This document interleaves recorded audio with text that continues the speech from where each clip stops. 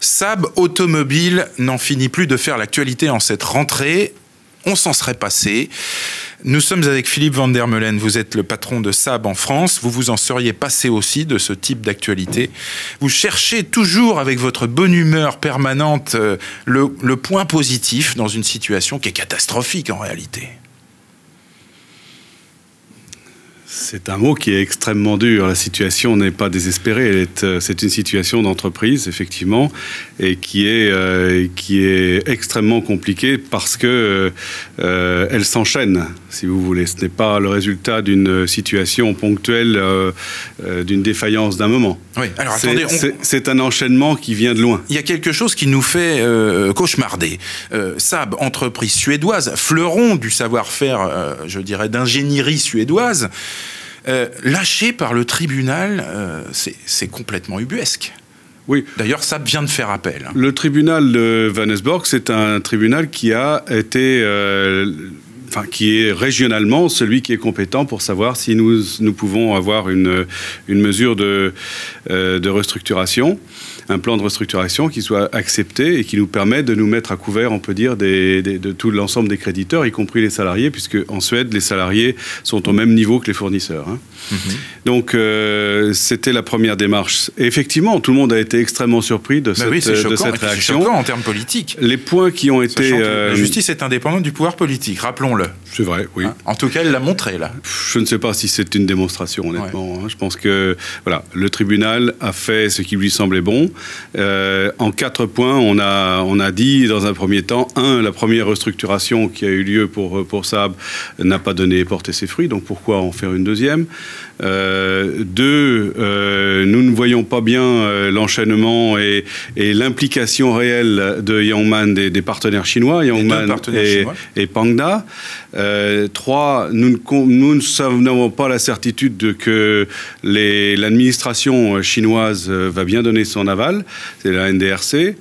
Et dernière chose qui a révolté, on peut dire, un peu plus tout le monde sur la compétence du tribunal à pouvoir donner un avis sur le sujet, qui est de dire peut-être que la marque en elle-même est tellement abîmée qu'il n'y a plus de ressources. C'est fini. Donc, sur le premier point... voilà, aujourd'hui, Saab a interjeté appel, ce qui veut dire que de nouvelles informations ont été transmises au tribunal de Göteborg. Exactement. Alors, résumé très précisément. Très précisément. Donc nous répondons avec un plan beaucoup plus précis que le précédent. En particulier l'implication des actionnaires chinois, justement. Alors, des futurs actionnaires. La première chose que vous avez pu voir lundi, qui est la création d'une société qui permet de sceller le financement d'un bridge funding avec de 70 millions d'euros. Un bridge funding, ça veut dire ? C'est-à-dire d'un prêt relais, en somme, hein, entre garantie contre garantie par Yangman. Donc voilà, vous avez là la précision que Yangman est bien un acteur. C'est bien engagé par écrit. Voilà, et les écrits sont sur le blog qui s'appelle Saab United aujourd'hui, donc on peut le voir. Évidemment, la deuxième chose qui est très importante, c'est l'engagement écrit du financement pour la montée au capital. Ça, c'est pour les actionnaires. Reste la visite de l'ambassadeur suédois en Chine. Et ça, c'est le pouvoir politique. Hein, la réponse. Donc l'ambassadeur suédois qui visite la NDRC, qui est donc l'administration chinoise qui validera, qui acceptera le transfert et la montée au capital de nos deux Chinois dans le capital de Swan, hein, qui est notre propriétaire. Voilà.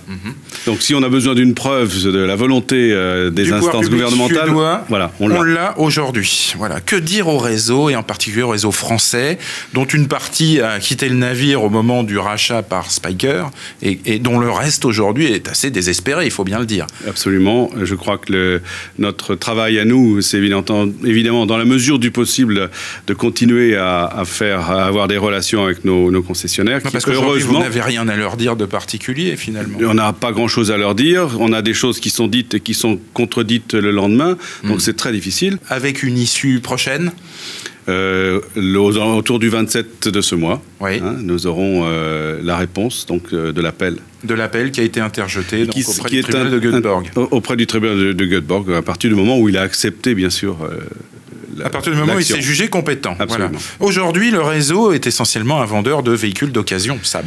Très peu, parce que les véhicules Saab, n'est-ce pas, ont été petit à petit disponibles quasiment uniquement en véhicules d'occasion. Il n'y a plus grand-chose. Et donc, nous sommes en la recherche. Je suis en train d'essayer d'acheter des véhicules en Suède, parce que... alors, le bon côté de cette affaire, c'est que les véhicules Saab ont une valeur résiduelle qui a monté d'une façon infernale. La contrepartie, c'est que nous n'en avons quasiment plus. Mais nous avons toujours nos clients qui sont là. Nous prenons toujours des commandes. Ça vous semblera insensé, mais c'est vrai, très faiblement, bien sûr. Mais, et voilà. Donc, est-ce que la marque en elle-même est moribonde ou a disparu? Honnêtement, la marque en elle-même, elle est extrêmement vivante. Elle est extrêmement forte. Par contre... c'est tout le paradoxe de ce qui arrive à Saab, et c'est toute la peine qui existe aujourd'hui dans toutes les têtes des gens qui aiment Saab, effectivement. Dernière chose, il y a quand même des concessionnaires qui sont très remontés contre General Motors aujourd'hui, arguant du fait que au moment où General Motors a fait faillite, ils ont décidé de liquider Saab, étant persuadés que la marque ne pouvait plus vivre et ayant demandé des investissements réguliers aux concessionnaires. Donc il y a peut-être une plainte qui va être déposée ou qui serait déposée. Restons au conditionnel. Qu'en pensez-vous? Que dites-vous à ces distributeurs-là?